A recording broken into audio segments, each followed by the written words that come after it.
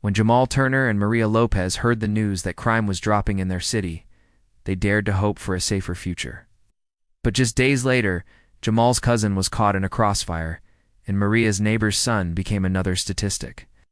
Crime rates have fallen dramatically over the last few years, yet gun violence remains stubbornly high.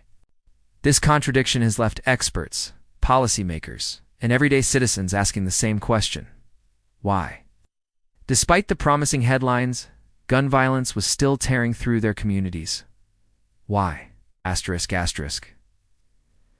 The first surprising twist in this story is that the decline in overall crime has not been uniform across all types of violence.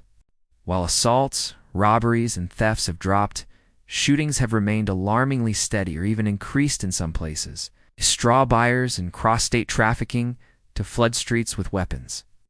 The demand for guns in these neighborhoods remains high, fueled by fear, retaliation, and status. Law enforcement struggles to stem this tide, and each confiscated weapon often seems replaced by two more. This means that fewer people are getting mugged or attacked with fists, but more are falling victim to gunfire. Their stories reveal hope amidst hardship. They build safe spaces, mentor youth, and foster dialogue between police and residents. While their impact may be small compared to the scale of the problem, they represent a vital force pushing against despair. Trauma. For many young people growing up surrounded by shootings, the danger feels inevitable, even routine. This acceptance undermines efforts to break cycles of violence and challenges the belief that change is possible. Hopelessness and mental health challenges create a fertile ground for gun violence. Suicide rates involving firearms have surged, especially among young men and veterans. The answer is not simple. It is a tangled web of localized violence, illegal guns, trauma, social media influence, political division, economic disparity, and cultural acceptance. Each factor feeds into the other, creating a crisis that resists easy solutions. In many ways, as America celebrates the positive drop in crime, millions still live with the harsh reality of gunfire echoing in their neighborhoods.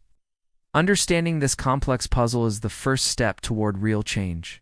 Until then, the shadow of gun violence will continue to haunt the nation's streets, a stubborn stain on the promise of safety and peace.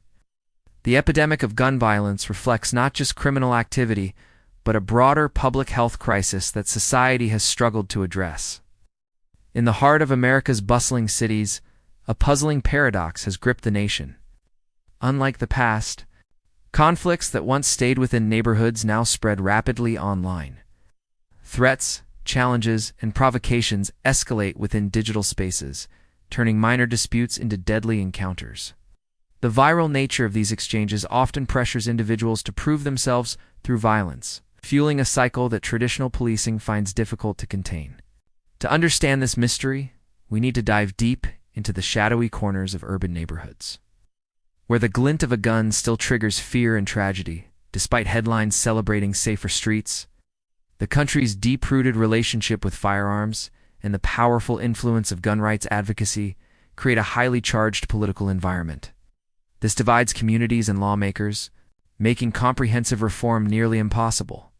Even where laws tighten, enforcement is inconsistent, and public trust in authorities is fragile. At first glance, the numbers are encouraging. Nationwide, violent crime has dropped by nearly 20% in the last 5 years. Research shows that neighborhoods with fewer job opportunities and weaker education systems suffer the most from gun violence. The drop in crime rates nationwide masks this harsh reality, as gains often concentrate in wealthier, better-served areas. This uneven progress leaves behind those who are most vulnerable.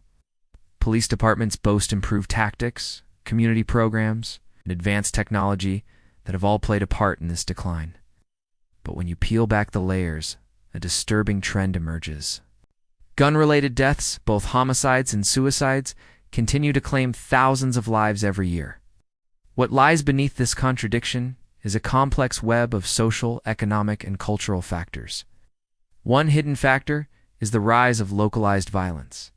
Instead of widespread crime waves sweeping entire cities, shootings have become concentrated in small pocket-specific neighborhoods where poverty, unemployment, and gang activity create a volatile mix. These areas often lack the resources for effective intervention, trapping residents in cycles of violence that resist broader crime reduction trends. The next twist is the role of illegal firearms. Despite strict laws in many states, guns flow freely through underground markets. Criminal networks exploit loopholes. Adding another layer of complexity is the psychological toll of living in violence-stricken communities. But there is an even more unexpected twist: the impact of social media and modern communication. Efforts to combat gun violence face further challenges in America's unique cultural landscape. Another surprising aspect is the role of economic inequality. Throughout this complicated picture, grassroots organizations and community leaders work tirelessly to bring change. The final, and perhaps most unsettling twist in this story, is how gun violence has become normalized in some communities. So, why does gun violence continue to plague America despite a drop in overall crime? This documentary has shown that the fight against gun violence is far from over.